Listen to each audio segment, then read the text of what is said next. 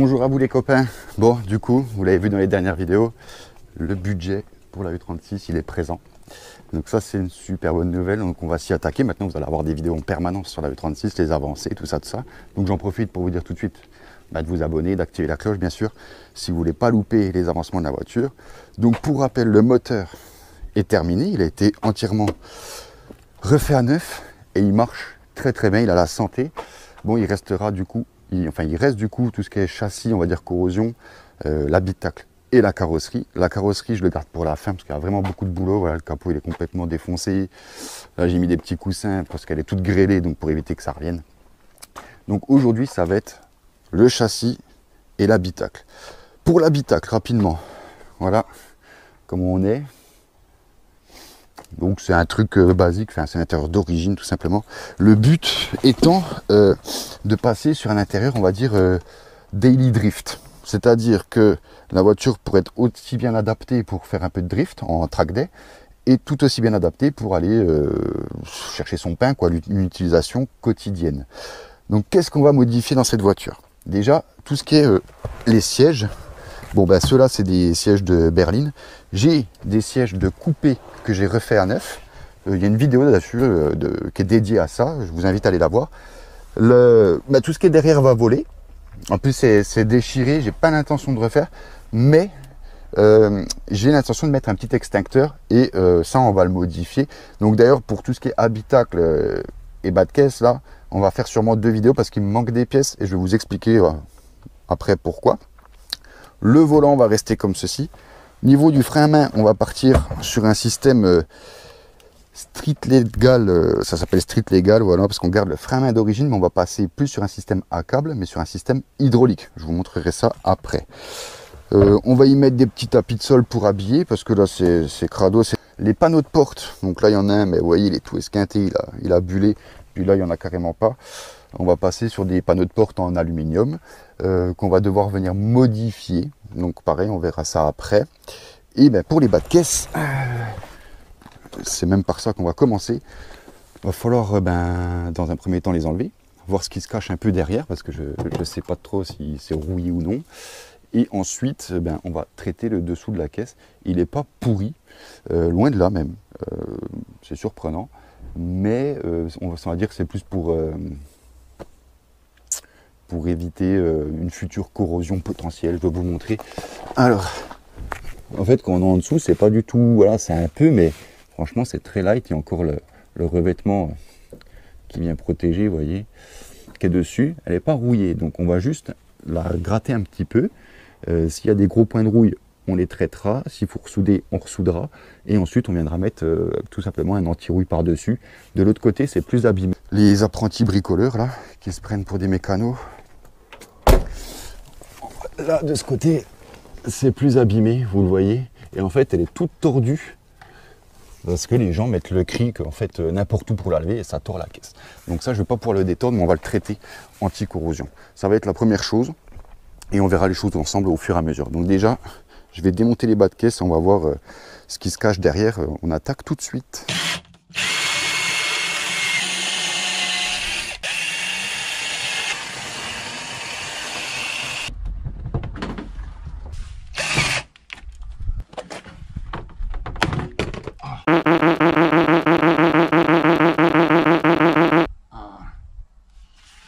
Bon, il était plié. Globalement, derrière les bas de caisse, ça va. Il n'y a pas de rouille apparente. Il y a un bel enfoncement ici. Voilà, amateur de cric du dimanche là. Vous me cassez les enfoncer les bagnoles comme des mecs. Mais il y a mieux, il y a mieux, il y a mieux. J'ai pas encore enlevé l'autre côté. On verra si on trouve de la rouille. Mais regardez, il y a des vis à bois. Des vis à bois pour tenir les bas de caisse. Donc voilà le genre de pépites sur lesquelles on peut tomber quand on repasse derrière les gens, quoi. Je voulais juste vous montrer ça. Donc je finis de tomber les bas de caisse et ensuite, pour vous ça va aller vite, mais pour moi ça va me prendre quelques heures. Je vais poncer tout le dessous de la voiture, enfin seulement les extrémités, hein, vraiment ici, là, et passer un coup d'anti-rouille, juste pour prévenir, quoi. Voilà, vaut mieux prévenir que guérir, comme on dit.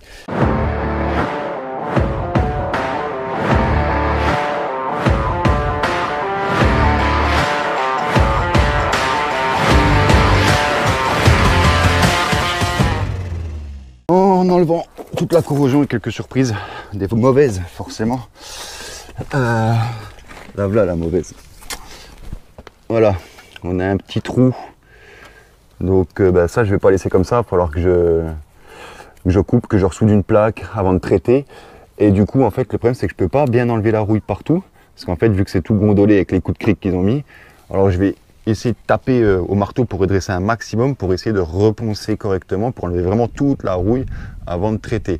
Donc là ça va être un peu de martelage. Mon devant je pourrais pas faire grand chose franchement. Après en vrai si ça passe pas au contrôle technique, ça j'ai juste à changer l'aile, c'est juste le bout d'aile qui a changé. Donc en gros voilà. Les renforts sont arrivés, donc ils vont pouvoir démonter l'intérieur de la voiture pendant que moi je traite la rouille. Donc ça c'est bien. Donc normalement d'ici peu tout ça il n'y a plus. Voilà. Et après on passera au frein à main hydraulique et tout le mécanisme. Du coup vu qu'on met le frein à main hydraulique pris en strict légal, je vous expliquerai après, je vous montrerai. Du coup je vais plus avoir besoin du système de frein à main actuel qui est en tambour sur les BMW, vu que je vais me reprendre sur les freins à main, je vais me reprendre sur le circuit de freinage d'origine, donc les plaquettes. Donc il va falloir démonter tout ça pour enlever tout ce qui est tambour et les câbles de frein à main qui vont plus servir à rien. Donc je vais mettre les renforts là-dessus pendant que moi je traite la corrosion. Voilà, je suis sympa, je fais venir les gens et je fais le plus chiant. Je suis pas un bâtard en vrai.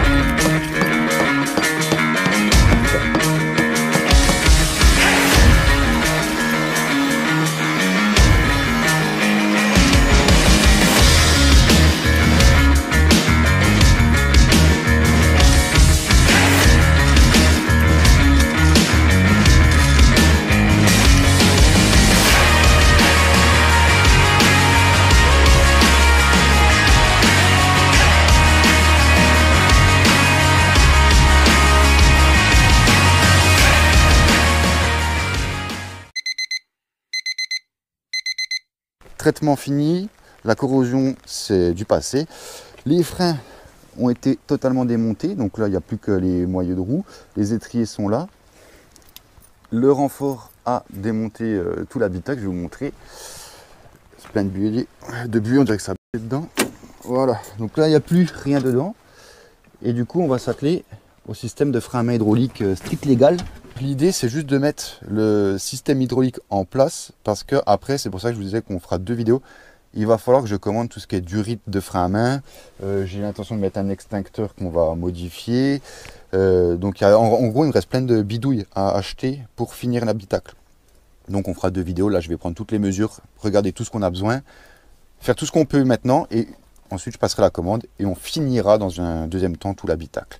Donc voilà le système strict légal en fait, comme ils appellent ça. Donc en fait ça vient ni plus ni moins passer le système donc à câble en système hydraulique avec le mètre cylindre qui est ici. Et ça, cette pièce là, ça se reprend sur le frein à main. Donc on va essayer de l'installer dans un premier temps, régler la tige filetée pour la bonne course et ensuite vous allez comprendre par vous-même en fait comment ça fonctionne, parce que même Anthony pour l'instant il n'a pas tout compris comment ça marche, il est un peu dans le néant. Et du coup c'est pour ça qu'on a fait sauter les freins à tambour, parce que les câbles de frein à main on n'en a plus besoin maintenant. Voilà, ça peut dégager. Voilà, donc maintenant le frein à tambour plus besoin, les câbles dégagent, ça sera totalement hydraulique. Donc on va l'installer et ensuite vous allez comprendre le mécanisme tout simplement, tout facilement. C'est tout bête et c'est très astucieux. Bon, du coup on l'a mis en place, ça donne ça. Là on l'a juste posé, on n'a pas encore mis le système et en fait on se rend compte déjà que là on a un grand jour et en fait c'est parce qu'à cause de la moquette. Donc il va falloir qu'on découpe la moquette pour pouvoir déjà qu'il s'incruste bien ici. Après théoriquement c'est pas grave la moquette qui est là parce qu'il y a le plastique ici qui revient par dessus, mais pareil il va falloir qu'on regarde si quand on met le plastique ça bute pas dans le mètre cylindre. En fait c'est de l'adaptable, hein. C'est fait pour E36 mais c'est voilà, faut tout regarder pour être sûr d'être bien placé. Donc là on va faire de la découpe au cutter et ensuite tout bien mettre en place, voir que tout rentre bien nickel. Voici donc le principe de fonctionnement repris. Donc c'est toute cette patte en fait et cette petite tige qui font le taf et qui viennent actionner, regardez. Donc maintenant on a le mètre cylindre et quand on tire, voilà ce qui se passe, regardez. Voilà, donc là c'est frein à main hydraulique avec l'arrivée et la sortie et du coup ça va renvoyer via une des 2 durites, je sais plus laquelle, toute la puissance hydraulique à l'arrière sur les roues arrière et du coup sur le système plaquette de frein. Donc c'est cool, petit street égal bien sympa. Bon, voilà, le frein à main est installé. Alors, il n'est pas fonctionnel, attention, hein, il est installé. Le montage à blanc, ça donne ça. Du coup, ben voilà, on est bien. Hein, ça, on se rend pas du tout compte là-dessous qu'il y a un mètre cylindre. Donc, pour faire frein à main hydraulique. Maintenant, je vais tout commander. On a des petits soucis, c'est que du coup, la coudoir, il passe plus. Donc, il faudra que je trouve une petite solution pour pas laisser ce trou béant. Ça fait pas très propre. Si vous avez des propositions, mettez-les en commentaire. La prochaine vidéo, on finit tout l'habitacle, c'est-à-dire que panneau de porte allégé, on va concevoir une sorte de manche qui va remonter pour faire le frein à main hydraulique comme en drift pour une session track day par exemple. Qu'est-ce qu'il y a? Un extincteur qui serait installé quelque part par là, qu'on va modifier, on va pas laisser le gros extincteur rouge, je vais la modifier un peu en bonbonne de nitro, NOS, ça peut être marrant. Et puis bien sûr raccorder le frein à main hydraulique et pour qu'il soit bien sûr fonctionnel. J'en oublie certainement. Mais dans les grandes lignes, ça va être ça. Donc, pour pas louper la suite, n'hésitez pas, abonnez-vous, likez, tout ça, tout le tralala, comme d'habitude. Et il y a un deuxième petit problème qu'il va falloir régler. Et c'est celui du frein à main, enfin du soufflet qui est un peu trop court. Parce que quand on tire, voilà, il y a tout qui saute. Mais voilà, ça va être l'idée. Sur ce, abonnez-vous pour la prochaine vidéo et la fin de l'habitacle. Ciao, ciao!